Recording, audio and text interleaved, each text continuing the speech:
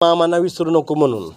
हां 3 वर्ष झालं राजूला कामाला. खरं राजूला चांगला आहे. 500 रुपये देते. अहो लय भारी माणूस आहे. चित्रताईची आमच्या इथंच हॉस्पिटलला डिलिव्हरी झाली. लय भारी माणूस आहे. राजू चांगला आहे. त्यांचे वडील चांगले आहेत. मी काम सोडलं त्यांना लय वाईट वाटलं. ते म्हणले आईला खरंच संदीपने उगाच काम सोडलं.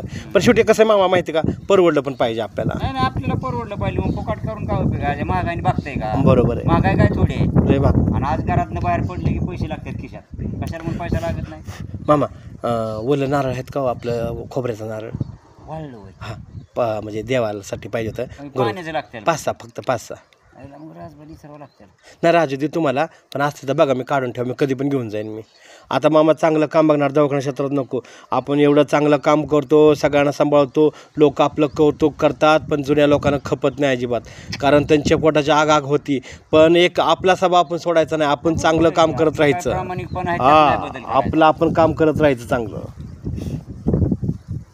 सकाळचा एक माणूस तुमच्याकडे कॅनल इथून लुंगीवर हां दिवशी अशी गाठ पडली. मी म्हणलं कुठं असता कामात? म्हणलं बहुते हॉस्पिटलला काम. होय का? गाड्याला बघा लुंगी बिंगी गुंडाळतो. होय का? बंदीला लुंगी गुंडळून सकाळचा इथून नळाने. होय हां व्यायामला असेल. मला वाटतं माझा भाऊ असेल मोठा. कोण आहे कोणाचा भाऊच आहे. मग त्याला मी म्हणलं कुठे आहे? म्हणजे बहुते हॉस्पिटलला. होय का? हां भाऊ आहे मोठा. अहो लय भारी त्यांचा स्वभाव तर लय भारी. गाठ पडते माझी त्यांची सकाळची. हां स्वभाव बघितलं त्यांचा कसला भारी आहे. भारी बोलतं बिलतं लय भारी. बघितलं मी 2-3 वेळा बोलतो बरायला. हां आणि पोटात मळ नाही. नाही एकदम भारी. मग तुम्ही पाठीमागे गेल्यानंतर 2 शिव्या द्या किंवा चांगलं म्हणा, पण स्वभाव लय भारी आहे. तसाच माझा पण स्वभाव लय भारी आहे. मोकळ्या मनाने आपलं पोटात काय मळ नाही. हां बास बरोबर आहे.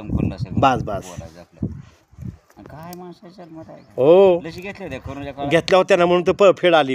हाडकं बिडकं दुखतात व्हायला का? आमच्या वडिलांनी पण नाही घेतली.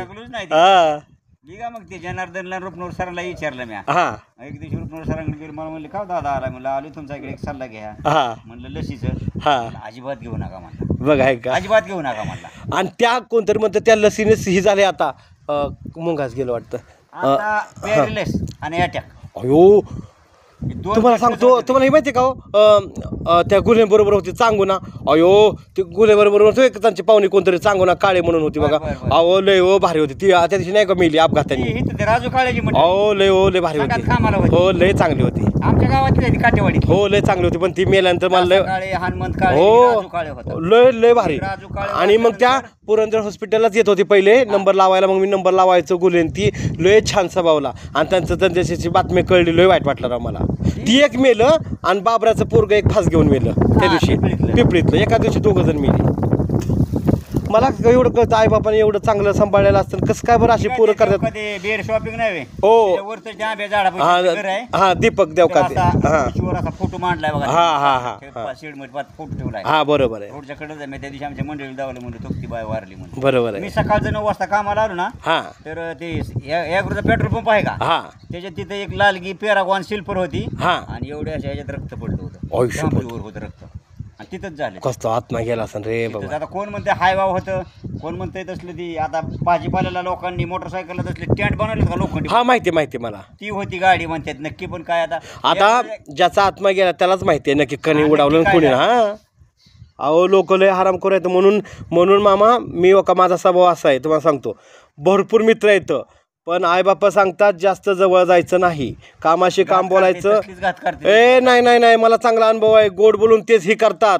म्हणून जवळ जायचं नाही कधी कोणाची मैत्री. आज मी एवढ्या दोन दवाखान्याचं चांगलं काम करत होतो. आज सगळे लोक मला बारामती तालुक्यातले सगळ्या तालुक्यातले लोक ओळखतात. दादा सर नमस्ते असं तसं बोलतात. आज मी चांगला होतो म्हणून बोलतात. पण मला जे की भेटतात ते सगळे विरोधकच भेटतात. कारण त्यांची त्यांना आग होती ना.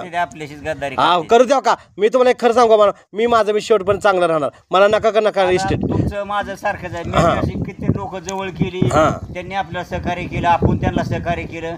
पण शेवटी तिघाधार निघाली. मी तुम्हाला एवढं पण हो का एवढं सांगतोय मी चांगला स्वभाव सोडणार ना. शेवटपर्यंत चांगला राहणार.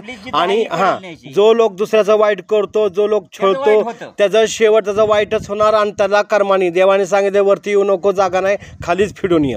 किडं पडून जे कोण वाईट करते निंदा नालिस्ती करते किडं पडून तडमळून तडपडून मरून. हां बास आता ना. आता पहिलं आजीने केलं माहिती ना तू फेडत होता. बास आता आपणच करायचं ना आपणच फेडायचं. खरे आता बदललं ती सगळं. बरोबर आहे. आता लय अवघड आहे. एक दिवशी काय झालं. हां मागच्या आठवड्यात मी सकाळचं आलो 9 वाजता इथं. हां आले इथली मोटर चालू केली. एक माणूस तिकडून उघडा आला